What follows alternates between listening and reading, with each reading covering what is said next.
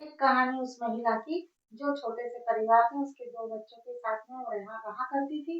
और वो घर में जैसे खाना बनाती तो कोई अड़ोस-पड़ोस में जहाँ ज़रूरत पड़ती तो उससे कह देते कि मुझे आज खाने की ज़रूरत है, मेरी तबीयत ठीक नहीं है, तो किसी को अपने घर से रोटी बनवा के पहुँचा देती, सब्ज़ी बना के पहुँचा देती। इस प्रकार से वो अपने लाइफ में किसी न किसी की मदद किया करती थी। लेकिन उसके घर में उसे डिस्टर्बेंस आता था, कहते थे कि तुझे और काम नहीं है क्या? ये सब क्या है? लोगों की मदद करने में लग गई हो, तुम्हें इतना काम फ्री है क्या? घर के कामों पे ध्यान नहीं देती। इस प्रकार उसे घर में टॉर्चर होता था। लेकिन उसने बोली कि किसी की मदद करने से कोई तकलीफ नहीं, कल आगे मुझे भी अगर कोई तकलीफ होगी तो मुझे इन्हीं लोग मदद करेंगे, क्योंकि आज हम करेंगे तो कल कोई हमारे लिए भी करेगा। ये मेरी सोच है। तो मैं जो काम कर रही हूँ तो उसमें कोई गलत नहीं है, मैं किसी की मदद करना चाहती हूँ। तो उसमें उसके पति ने उसका सपोर्ट किया, उसने कहा कि ठीक है, तुम्हारी सोच तो बहुत अच्छी है कि हमें किसी की मदद करना चाहिए। फिर एक दिन उन्होंने आपस में डिस्कस करके ये सोच लिया कि क्या ये मदद को हम बिजनेस के रूप में नहीं बदल सकते? तो फिर उसकी पत्नी ने बोली कि अगर हम बिजनेस के रूप में बदलोगे तो कैसे बदलेंगे? आप कैसे प्लान बताओगे? तो उसने यही कहा कि जैसे यहाँ पे ऐसे हमें ऐसे बहुत से परिवार मिल जाते हैं जो खाना नहीं बना पाते और उनको खाना बनाने वाले की ज़रूरत पड़ती है। तो तुम तो ज़्यादा नहीं बना पाओगी, तो ऐसा करते हैं कि हम टिफ़िन सर्विस शुरू करते हैं। छोटा-छोटा जो भी हमसे अरेंजमेंट होता है हम पहले वही शुरू करेंगे। तो उन्होंने खिचड़ी से शुरू किया। सभी को जिसके घर में ज़रूरत थी तो उनके यहाँ से खिचड़ी और कढ़ी देना शुरू किया। तो शुरुआत में उन्हें 2 या 3 ही टिफ़िन्स मिलते या कभी-कभी नहीं मिलते, कभी महीने का मिलता, कभी 8 दिन का मिलता।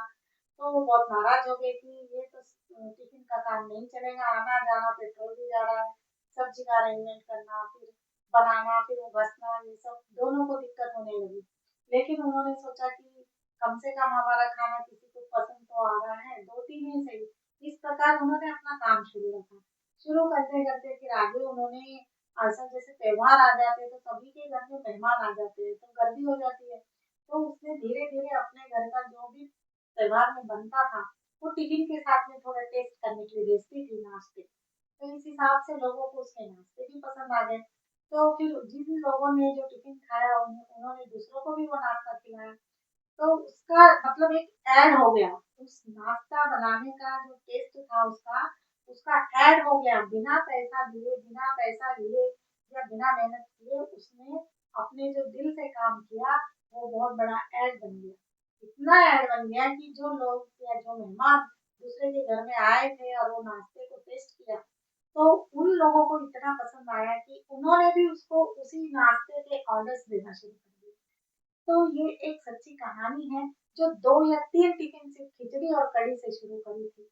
आज हर त्योहार में उसके यहाँ पे इतने नाश्ते बनते हैं कि वो आचार्य रखती है और इतने टिफ़िन्स का ऑर्डर आता है तो उसका पति जो है, वो ड्यूटी करते-करते टिफ़िन सर्विस देता है, सब्जियाँ लाता है, पूरा परिवार मिलके काम करता है।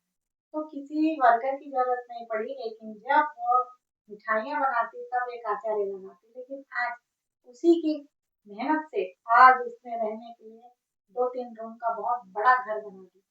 बड़ा घर मतलब बड़ा ही बोला जाता है। आज एक रूम बनाना बोलने से भी बहुत ज़्यादा पैसे लगते हैं और जिसकी अर्निंग बहुत कम है, उसका तो सोचने की बात ही दूर है। तो उसका घर बन गया, आज वो खुश है। आज वो एक एरिया ऐसा बनाना चाहती है कि जहाँ वो सिर्फ टिफ़िन सिस्टम को अरेंज कर सके। इस प्रकार से वो आगे जो जर्नी रखेगी, वो उसके लिए बहुत फ़ायदेमंद करेंगी। अगर वो 2 टिफ़िन में रुक जाती, 3 टिफ़िन में रुक जाती या फिर उसका हस्बैंड उसका सपोर्ट नहीं करता या फिर वो खाना बनाने से डर जाती या फिर जो पकवान उसने बनाई, वो खुद खाने के लिए या खुद के परिवार के लिए ही बचाती, लोगों को टेस्ट के लिए नहीं भेजती, तो आज वो इतना नहीं कमा पाती। इसलिए दिल से किया हुआ काम, मेहनत और समझदारी से किया हुआ काम बहुत सक्सेस देता है।